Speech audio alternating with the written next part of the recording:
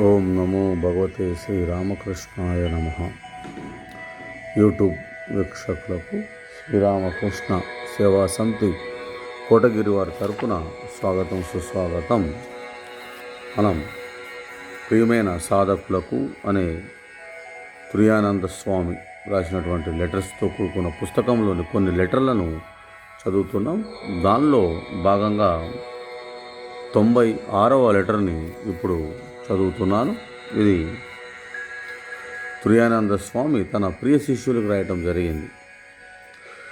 ప్రియమైన సాధక, భగవంతుడు ఏది సంకల్పించినా అది జరిగి తీరుతుంది. మనకు అర్థమైనా కాకపోయినా సర్వశుభంకరుడైన పరమాత్మ ఏది చేసినా అది నిస్సంశయంగా మన మంచికే. ఇది మనం తెలుసుకోగలిగితే మన ఆనందానికి అంతం ఉండదు. జీవితంలోని అన్ని పరిస్థితుల్లోనూ గురుదేవులు నీకు సరైన అవగాహన, సద్బుద్ధి ప్రసాదించినందుకు నేను సంతోషపడుతున్నాను. ప్రకాశమానమైన సాత్విక బుద్ధి ఏర్పడినప్పుడు ఇది సంభవిస్తుంది. అది మనస్సులో ఎటువంటి దుష్ట సంకల్పాన్ని చెరనివ్వదు.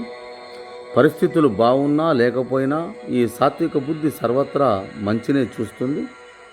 భగవంతుని ప్రత్యేకమైన కరుణ వల్ల మనిషిలో అటువంటి స్వభావం వృద్ధి చెందుతుంది. అతడు దానిలో పరిపూర్ణత పొందిన తర్వాత అతని కష్టాలన్నీ తీరిపోతాయి.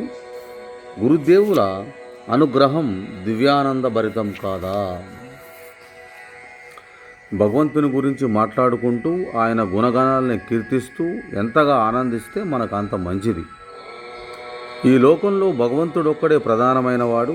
ఈ విషయాన్ని గురుదేవులు మాటిమాటికి బోధిస్తుండేవారు.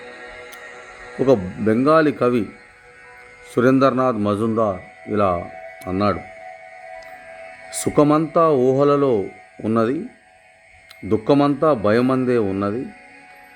నరుని తలంపులు జరగగ నేరవు, చింతయో పురుషుని బాధకు మూలం. ఇదే సత్య సందేశం.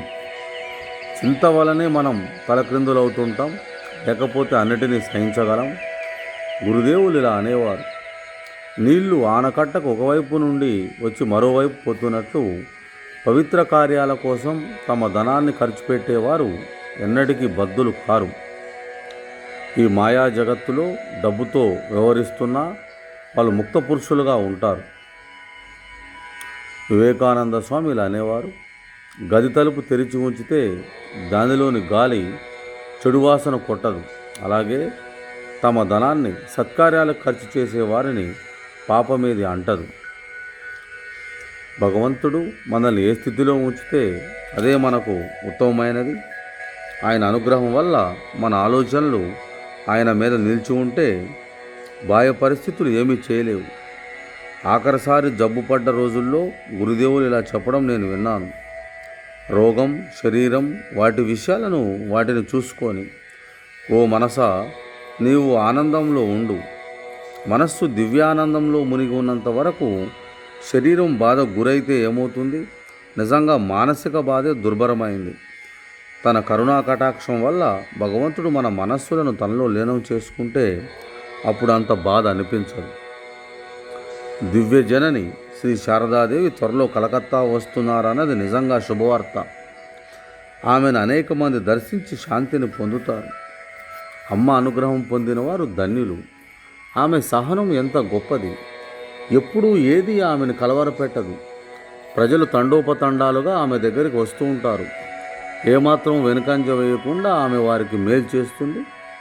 మాతృదేవి కలకత్తాలో ఉన్నప్పుడు అక్కడికి వెళ్ళాలని నీవు నిర్ణయించుకోవడం చాలా బాగుంది. ఇది ఒక్క దెబ్బతో 2 పిట్టలను కొట్టినట్లు. గోపికలు ఒక్క ప్రయాణంలో 2 పనులు సాధించినట్లు ఉంటుంది. ఒకటి పాలు అమ్మడం, రెండవది కృష్ణుని కలుసుకోవడం. సంత్ సూరదాస్: ఏమి మనోహరమైన ప్రవృత్తి! గోపికలు ఏది చేసినా కృష్ణుని కోసమే. ముందు భగవంతుడు, తర్వాతే మిగిలింది ఏదైనా. సుస్థిరమైన వారి కృష్ణ ప్రేమ అసమానమైనది. మనస్సు పరిశుద్ధమయ్యే కొద్దీ మనిషి దీన్ని తెలుసుకుంటాడు. నీ మీద భగవంతుని కరుణ ఉంది. క్రమంగా నీవు ఉన్నతమైన అనుభూతులన్నింటినీ సాక్షాత్కరించుకుంటావు. ప్రభువు అనుగ్రహిస్తే మనిషి ఏ కొరత వల్ల బాధపడడు. జనకుని నేర్పుకు సాటి ఎక్కడిది? ఇహపరముల కొదవ ఏమిటతడికి? దీనిని దానిని ఇహపరములను పట్టి గట్టిగా అంచుల వరకు నిండిన పాత్రతో తనవి తీరా క్షీరములను గ్రోలేను. ఈ పాటలోని ఈ చరణాలను పాడుతూ గురుదేవులు తన గృహస్థ భక్తులను జ్ఞాని గృహస్థ అయిన జనక మహారాజులాగా ఉండమని ప్రోత్సహించారు. గృహంలో ఉన్న వనంలో ఉన్న భగవద్భావంలో మునిగి ఉండడమే ప్రధానమైన విషయం. భగవంతుని సాక్షాత్కారం చేసుకోకుండా అరణ్యంలో సన్యాస జీవితం గడిపి ఏమిటి ప్రయోజనం? నీ మనస్సు భగవంతునిలో లగ్నమైతే నువ్వు ఎక్కడ ఉన్నా పర్వాలేదు. మనకు భగవంతుడు కావాలి. మనం కూర్చున్నా, నిల్చున్నా, తింటున్నా, పడుకున్నా భగవంతుని స్మరిస్తూ ఉండాలి. కాలక్రమంలో ఆయన అనుగ్రహం వల్ల మనమందరం ఆయనలో ఆశ్రయం పొందుతాము. గురుదేవులు ఇలా అనేవారు, సన్యాసి పాము ఇల్లు కట్టరు.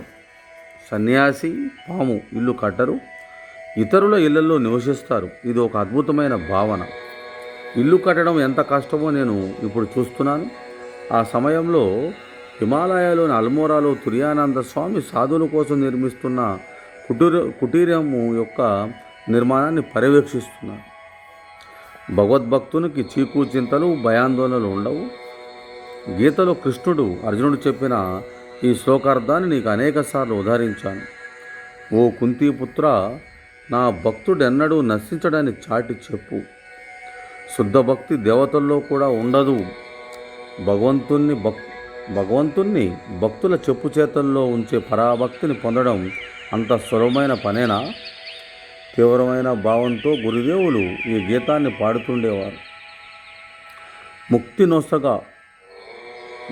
నొసగ చెరువగాని శుద్ధ భక్తి నొసగ వెరుతునేను. రాంప్రసాద్ ఇలా అన్నాడు, ఆధ్యాత్మిక జీవితానికి భక్తే మూలం. ముక్తి కేవలం ఒక అనుబంధం. మనిషి భగవద్భక్తిని వృద్ధి చేసుకోగలిగితే నిజంగా సమస్తాన్ని సాధించగలడు. మనిషి భగవద్భక్తిని వృద్ధి చేసుకోగలిగితే నిజంగా సమస్తాన్ని సాధించగలడు. తన భార్యతో పారమార్థిక విషయాలు మాట్లాడుతూ ఉండటం గృహస్థు యొక్క విధి. నీవు నీ భార్య కలిసి శ్రీరామకృష్ణ కథామృతం చదువుతున్నారు కాబట్టి అది తప్పకుండా మీకు మేలు కలిగిస్తుంది. మీ ఇద్దరిది ఒకే మనస్సే, ఒకే గమ్యమే ఉంటే ప్రతి విషయంలోనూ మీరు సుఖంగా ఉంటారు. ఆదర్శ గృహస్థు కావడం కంటే ఉత్తమమైన గమ్యం మరేముంది? ఈ చరణాన్ని గురుదేవులు తరచూ గానం చేస్తుండేవారు. కాళీమాత భక్తుడు జీవన్ముక్తుడు, సదానందమయుడు. పెట్టెలో పెట్టినా చెత్తకుండిలో పడేసిన బంగారం బంగారమే. అదేవిధంగా భక్తుడు ఎక్కడున్నా అతడు భగవంతునికి చెందినవాడే. నీ శ్రేయోభిలాషి తుర్యానంద.